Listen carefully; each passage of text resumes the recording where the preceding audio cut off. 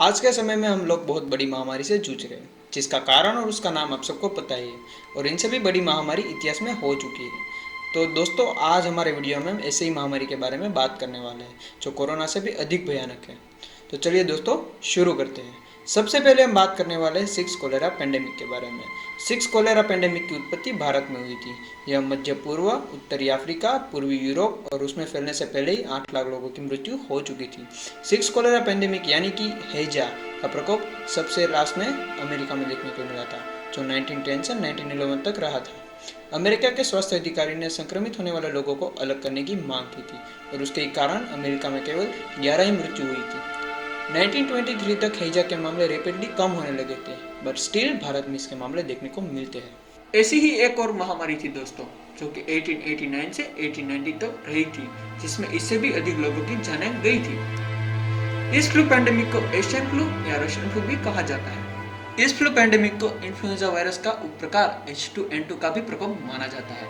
हालांकि अभी की खोजों में H2N2 का वायरस के बजाय H3N8 होने का भी कारण पाया गया है। सबसे पहले मामले 1899 में 3 अलग अलग स्थानों, मध्य एशिया के बुखरा यानी कि तुर्किस्तान, उत्तरी पश्चिमी कनाडा के अख्ताबस्का और ग्रीनलैंड में देखा गया था। 19वीं शताब्दी में तेजी से बढ़ती जनसंख्या के कारण शहरी विस्तारों में फ्लू बहुत तेजी से फैला गया था और बहुत कम समय में इसका प्रकोप पूरी दुनिया भर में फैला गया था। हालांकि यह जीवन विज्ञान के युग की सबसे पहली सच्ची महामारी थी और इससे बहुत कुछ सीखने को भी मिला गया था।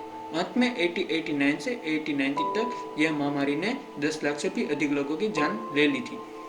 वैसे हम आपको बता दें, ये लिस्ट हमने अपनी मेहनत एंड रिसर्च से बनाई है, तो प्लीज़ इस वीडियो को लाइक, सब्सक्राइब एंड शेयर कीजिएगा।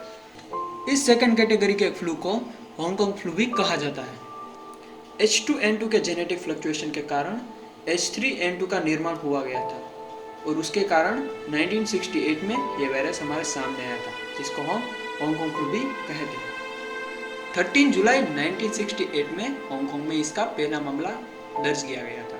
उसके बाद 17 दिन के अंदर सिंगापुर एंड वियतनाम में भी इसके मामले देखने को मिले गए थे और केवल 3 महीने के भीतर फिलीपींस, भारत, ऑस्ट्रेलिया, यूरोप और अमेरिका में फैला गया था। बट इसमें अच्छी बात यह थी कि इसका मोलारिटी रेट सिर्फ 0.5% ही था।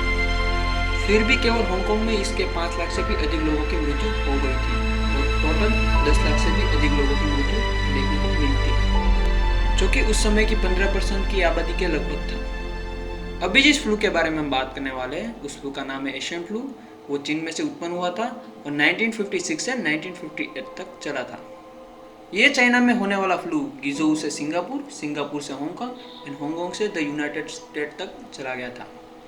इसमें टोटल डेथ 20 लाख से भी ज़्यादा मानी जाती है एंड इसमें ज़्यादातर डेथ अमेरिका में हुई थी, जो कि 70,000 के आसपास थी।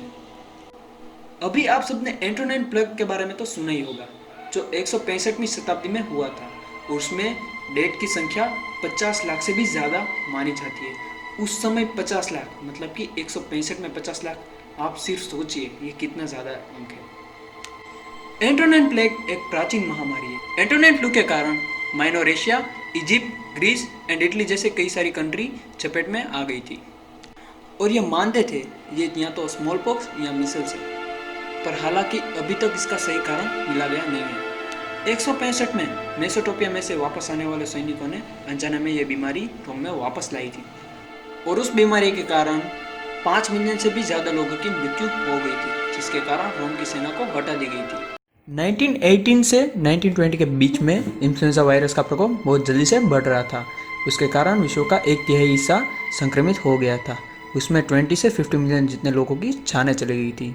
दोस्तों सोचिए, यानी कि 1 मिनट में 100 इंसान मर जाते थे। ऐसा मानने में आता है कि स्पेन के राजा को भी ये फ्लू हुआ था, तो इसके कारण इसका नाम स्पेनिश फ्लू भी कहा जाता है। एक और भी रीज़न है इसको स्पेनिश फ्लू कहने का, वो है कि स्पेन एक ऐसा कंट्री था जो वर्ल्ड वॉर 1 में शामिल नहीं था एंड उसी के कारण सिर्फ स्पेन के ही रेडियो माध्यम शुरू थे। तो स्पेन एक ऐसा कंट्री था जो इस फ्लू के बारे में सब डिटेल देता था। वैसे हमेशा से इस इन्फ्लुएंजा ने कमज़ोर रोगियों, किशोर और बुजुर्ग को ही अपने चपेट में लिया था, बट इस फ्लू में पूरा ही उल्टा था। 1346 से 1353 के बीच में यह प्लेग वापस देखने को मिला था, जिसमें मरने वालों की संख्या 75 मिलियन से 200 मिलियन तक की मानी जाती है। इस प्लेग ने यूरोप, अफ्रीका एंड एशिया को पूरी तरह से तबाह कर दिया था।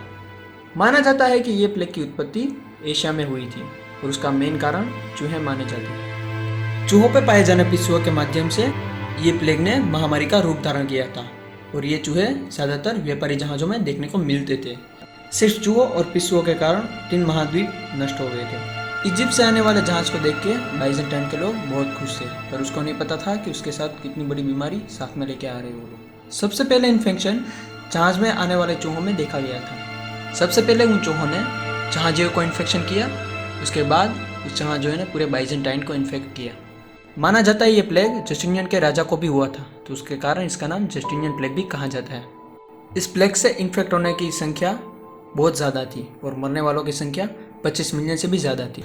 इसमें मरने वालों की संख्या एक दिन में 5000 जितनी मानी जाती है। शहर की कम से कम 40% आबादी की मृत्यु हो गई थी। इस पेंडेमिक की हम बात करने वाले हैं, इसका नाम आपको पता ही होगा। इसका नाम है HIV और एड्स। सबसे पहले इसका मामला 1976 में देखने को मिला था और उसी समय इसको विश्व महामारी कहा गया था। 1981 के बाद 36 मिलियन से भी ज़्यादा लोग इसमें मारे गए थे। हाल के समय में 31 मिलियन से 35 मिलियन लोग इस बीमारी से जूझ रहे हैं, जिनमें अधिकतम लोग अफ्रीका के हैं, जिसकी 5% आबादी संक्रमित है, यानी कि लगभग 21 मिलियन पीपल। जैसे जैसे जागरूकता बढ़ी, ऐसे ऐसे नए उपचार विकसित होने लगे। ऐसे ही कई सारे लोगों की जान बची थी। 2005 और 2012 के बीच में एड्स और HIV होने वाली वार्षिक विश्व मृत्यु 2.5 मिलियन से 1.6 मिलियन हो गई थी और 2019 का HIV का आंकड़ा देखा जाए तो वो सिर्फ 0.7 मिलियन पीपल ही है।